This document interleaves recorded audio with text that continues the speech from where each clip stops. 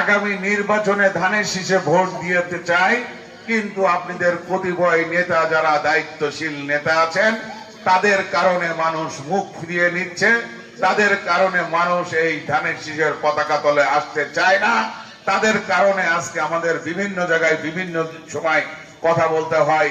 আমরা ফেসবুকে দেখছি কি সাধারণ মানুষের কোনো বক্তব্য নয়, আপনারা বিএনপি মিলে নিজেদের ভাগ বটরা, নিজেদের বিভিন্ন বিষয় নিয়ে ফেসবুকে লাইভ দিয়ে আপনারা সাধারণ মানুষকে, চুয়াডাঙ্গা জেলাবাসীকে আপনারা জানাচ্ছেন যে কে কি করছে না করছে। আবার সেটা পাল্টা আরেকজন দিচ্ছেন। সমস্ত এই ইউনিয়নের চাঁদাবাজি, সমস্ত ইউনিয়নের রাহাজানি, সমস্ত ইউনিয়নের কেস কাছারি, পুলিশকে সামনে রেখে বিচার সালিশ করে সাধারণ গরিব মানুষদের কাছ থেকে টাকা পয়সা নেওয়া, একাধিক অভিযোগ আপনাদের বিরুদ্ধে,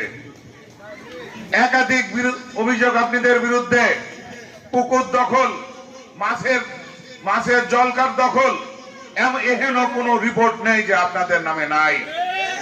আপনারা এখনো যারা আওয়ামী লীগের দোষরদের ফলো করতে চান, আপনারা এখনো যারা বিন্দু মাসি ফারুক হতে চান, তাদেরকে আমি সাবধান করে দিচ্ছি। এটা জাতীয়তাবাদী দল, এখানে সন্ত্রাসীদের কোনো ঠাঁই নাই, এখানে অত্যাচারী নিপীড়নকারীদের কোনো ঠাঁই নাই। এটা শহীদ জিয়ার আদর্শের দল। এখানে আপনি কোন মেজে ভাই পান নেই যে আপনার মাথায় হাত রেখে সন্ত্রাসের রাজত্ব কায়েম করবে। কোন প্রকারই এটা বরদাস্ত করা হবে না। আপনারা যদি ভালো হয়ে না যান, আপনারা অনেক কষ্ট পাবেন।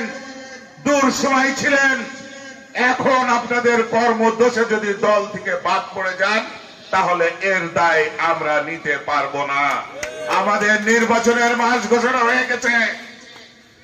আমরা নির্বাচনমুখী দল, আমরা নির্বাচনের জন্য আমরা মানুষের দ্বারে দ্বারে যাব।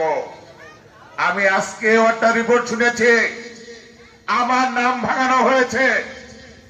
আমি নাকি কার একটা মেয়ে বের করে নিয়ে গেছে, মেয়ের বয়স বুঝি নাই, সেই মেয়ের বাপ সেখানে যেতে পারছে না, তাদের কোনো বিচার পাচ্ছে না, মামলা করেও কোনো সুরাহা হয়নি।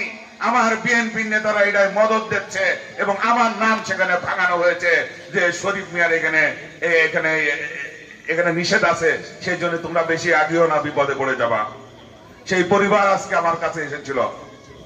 তা আপনাদের বিনয়ের সাথে অনুরোধ করছি, this is the last chance.